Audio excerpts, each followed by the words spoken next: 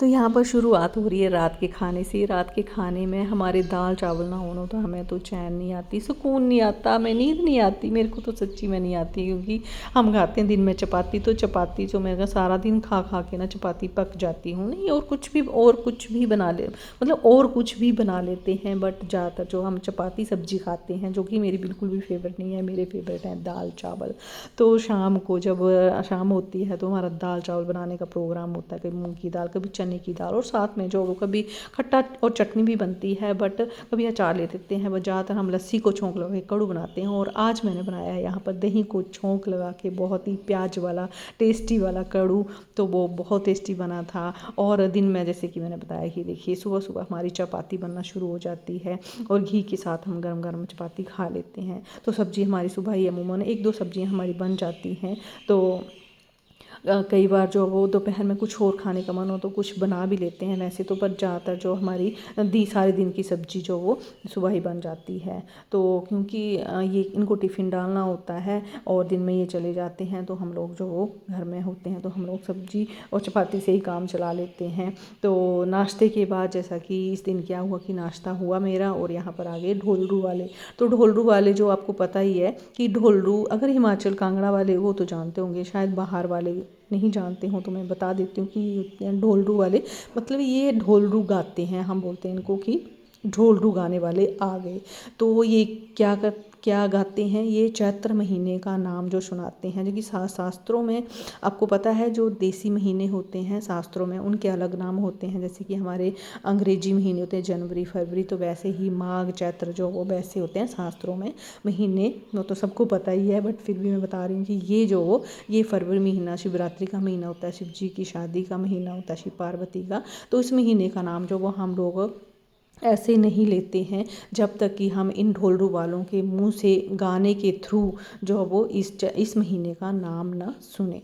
तो यही सारी कहानी होती है इन ढोलरू गाने वालों के आने के पीछे। तो इस महीने जैसे ही महीना शुरू होता है, ढोलरू गाने वाले जो वो अलग अलग टोली बनाकर जो वो आ जाते हैं। कभी मतलब हस्बैंड वाइफ आते हैं, कभी कोई अकेला एक जन आता है, कभी दो जन आते हैं। तो इस तरह से, और उनको दान दक्षिणा जो कुछ देना होता है, जैसे कुछ मीठा देना होता है, कुछ साथ में चावल होते हैं और कुछ साथ में दक्षिणा होती है। तो डैड जी ने और हमने सब ने मिलकर जो यहाँ पर ढोलरू वालों से चैत्र महीने का नाम सुन लिया। दोपहर में तेजल का मन हो गया। वैसे तेजल का मन बड़े दिनों से हो रहा था कि मैंने खाने फ्रेंच फ्राइज।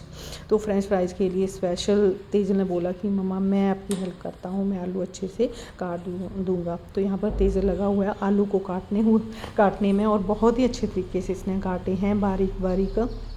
तो इसने मेरे को क्योंकि मैं ज़्यादातर मैं बनाती नहीं हूँ, पता है वो कैसे बनाती हैं, बट मैं बनाती बहुत कम हूँ। तो तेज ने बोला कि पतीले में आप इनको पकाना 80% तक पकाना है, इनको बॉयल करना है मतलब। तो मैंने सोचा इसमें तो यार बड़ी देरी लग जाएगी, इसमें ज़्यादा साइंस नहीं लगाते हैं और मैं अपना ही ट्रिक्स जो वो लगाती हूँ। तो मैंने क्या किया कि मैंने विसल लगा दी जी कुकर में जल्दी के चक्कर में। तो थोड़े से आलू ज़्यादा गल गए तो मेरे को तो फिर मैंने क्या किया, उन आलूओं को स्ट्रेन कर लिया, मतलब छान लिया और यहाँ पर कपड़े पर फैला दिया। पर फिर भी इनका जो एक ऐसा कुछ ऊपर जैसा बन गया है। थोड़ी देर ठंडा होने के बाद फिर मैंने चावल का आटा मिलाया और फिर इनको तलना जो शुरू किया। पहले वाला जो मैंने तला उनको मैंने मतलब ऐसे तला, फिर मैं सोच रही थी कि अब कैसे बनेगी। फिर मैंने उनको यहाँ पर टिश्यू पेपर के ऊपर रखा। दूसरे वाला जब मैंने इसमें पहले तो बड़ी छन्नी ली मैंने, इसमें तलने वाली थी कि मैं इसको डाल के, पर इसमें तेल तो बहुत ज़्यादा लगना था। फिर छोटी सी छन्नी ली, उसमें डाले मैंने। और दूसरा जो भाई ऐसे करके ट्रिक आया मेरे को कि बहुत अच्छा एक ऐसे जो होता है ना बन या एक छक्की जो होती है ना, जो एक टोकरी होती है ना छोटी सी, वैसा ये बन जा रहा था और क्रिस्पी भी हो जा रहा था। तो मेरे को थोड़ा सा हौसला आया कि नहीं चलो अब कुछ खाने लायक बन जाएगा, एटलीस्ट कुछ खाने की होगी तो बन जाएगा। तेजुल को मैं बता तो पाऊँगी कि हाँ मैंने ये बना दिए। उसकी जो उसने जो काटने में इतनी ज़्यादा मेहनत की थी वो हमारे पल्ले पड़ जाएगी। तो इस तरह से मैं डालती है इनको, बस इसमें कुछ नहीं, इनमें थोड़ा सा काला नमक डाला हुआ मैंने और साथ में बस चावल का आटा बस मिक्स किया इनको। तो इस तरह से छन्नी में डालकर ये बहुत अच्छे से पक रहे थे और पकने के टाइम में इसमें बहुत जैसी चर चर की आवाज़ आ रही थी, बिल्कुल तेज़ आंच पर जो मैं इनको पकाती जा रही थी और ये बहुत अच्छे क्रिस्पी हो रहे थे। और ऐसे ही बनकर जो वो रेडी हुए। तो 4-5 ऐसे छोटे छोटे से चक्कू जैसे तलने के बाद फिर मैंने तेज़ल को आवाज़ लगाई, तब मेरी जान में जान आई कि चलो अब कुछ खाने लायक बच्चे को हो जाएगा। तो इस तरह से मैंने जो वो 2 थाली हैं जो वो मैंने दूसरी थाली मिक्स करके रख दी। और यहाँ पर बताती हूँ कि कैसे हुए। देखिए कुछ तो थोड़े से ज़्यादा क्रिस्पी मतलब जो ज़्यादा ब्राउन हुए वो ज़्यादा क्रिस्पी हो गए थे, वो अच्छे लग रहे थे, अच्छा क्रंच दे रहे थे। और कुछ बीच में सॉफ्ट थे। तो यहाँ पर बाहर से थोड़ा क्रिस्पी और अंदर से थोड़े सॉफ्ट जो वो हो चुके थे ये। तो ऐसे करके ही मैंने सारे ही वो फिर बाद में सारे तल लिए। सारे फ्रेंच फ्राइज छोटे छोटे बड़े मतलब वो बाज़ार की तरह तो नहीं बड़े बड़े दिख रहे हैं, बट वो उसके लिए तो 1-2 बार बनाने पड़ेंगे, प्रैक्टिस करनी पड़ेगी, फिर थोड़ा सा बनेंगे। मैं तलने वाली चीज़ों से थोड़ा सा उनको अवॉइड करती हूँ, दूर रहती हूँ, क्योंकि फिर बाद में तेल खाने का ना डर लगता है। तो उतने में तेज़ल आ गया। फिर तेज़ल ने इनको एक पतीले में डाला, उसमें डाला थोड़ा पेरी पेरी मसाला और चाट मसाला और काला नमक मैंने पहले डाला हुआ था। तो बस अच्छे से मिक्स करके बहुत ऐसे क्रंची क्रंची बन गए। वैसे ये क्रिस्प अच्छा दे रहे थे, बस नमकीन की तरह हमने खा लिए। बस ये था कि ये बड़े बड़े नहीं बने। फिर मैंने क्या किया कि इसने थोड़े और आलू जो वो छिलका निकाल के रखे हुए थे, फिर मैंने उनको थोड़ा बड़ा बड़ा काटा और फिर बस बनाया मैंने फिर से कुकर में ही, जल्दी के चक्कर में या गैस बचाने के चक्कर में। तो मैंने बस स्टीम बनने दी और बस थोड़े मोटे थे ये तो अच्छे। फिर ये दूसरी वाली बार वाले जो वो अच्छे मतलब अच्छे बने। फिर तेज़ल ने इसमें चावल का आटा मिक्स किया और थोड़ा सा नमक और नमक कौन सा, काला नमक। तो इसने अच्छे से फिर ये मिक्स कर दिए यहाँ पर। और फिर मैं इनको तलने के लिए बिल्कुल रेडी थी। तो ये देखिए अब अच्छे से ये वाला जो ये अच्छे से फिर तेज़ल ने बोला कि चलिए मैं ही बनाता हूँ मम्मा, आप रहने दो। फिर तेज़ल ने ये देखिए क्या हाल हुआ है पतीले का, बहुत तेज़ गैस पर बनते हैं ये। और पतीले का इतना बुरा हाल हुआ ना कि और हमने बनाए भी ज़्यादा थे, ये नहीं कि 5-7 फ्रेंच फ्राइज़। यार 5-7 फ्रेंच फ्राइज़ खा के तो मन ही नहीं भरता है। तो बहुत ज़्यादा बना लिए हमने, एक बारी में बहुत ज़्यादा खा लिए। और ये वाले फ्रेंच फ्राइज़ जो बहुत अच्छे बने, वो तेज़ल ने बहुत अच्छे तरीके से इनको तला था। तो देखिए तेज़ल बोलता कि पहले मैं इनको हल्का तलूँगा, मतलब फिर जैसे 80% तो हमने बॉयल्ड कर लिए थे, 90% जो मैं इसको एक बार पकाऊंगा, फिर बाद में फिर से इनको क्रिस्पी करूँगा। मैंने कहा ठीक है, थोड़ा ठंडा होने के बाद फिर से इसको डालूँगा तो फिर ज़्यादा अच्छे से क्रिस्पी हो जाएंगे। फिर इस तरीके से तेज़ल ने जो वो सारे जो वो तेज़ल तलता गया यहाँ पर। और ये देखिए तेल कितना ज़्यादा पी चुके हैं ये। और जो तेल है वो भी बिल्कुल बस इन चीज़ों से मैं थोड़ा सा ना तभी मैं फ्राई करने कुछ भी चीज़ फ्राई करने से ना थोड़ा भागती हूँ। और सिंपल ही खाना आपने देखा ही होगा कि मेरे चैनल में ज़्यादा सिंपल खाना जो बनता है, मतलब जो हम हिमाचली कांगड़ी हैं, जो हमारा देसी पहाड़ी वही खाना जो मैं बनाती हूँ यहाँ पर। तो ये हमने देखिए एक 3-4 टिशू पेपर हमने लगाए हुए थे इसके ऊपर, थाली के ऊपर। तो कितना तेल जो वो इसमें निकला। तो ऐसे करके हमने फ्रेंच फ्राइज़ खा लिए थे। फिर रात को हमने बनाया फिर से, जैसे कि मैंने बताया रात को हम दाल चावल बनाते। तो आज मम्मी की फरमाइश थी कि हमने खानी है माँ की खिचड़ी।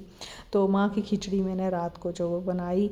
तो ये खिचड़ी जो मैंने लाइव बनाई थी, तो आप मेरे चैनल पर जाकर, यूट्यूब चैनल पर जाकर जो वो मेरा चेक कर सकते हैं कि मैंने ये लाइव खिचड़ी जो वो कैसे बनाई है। बहुत ही टेस्टी बनती है।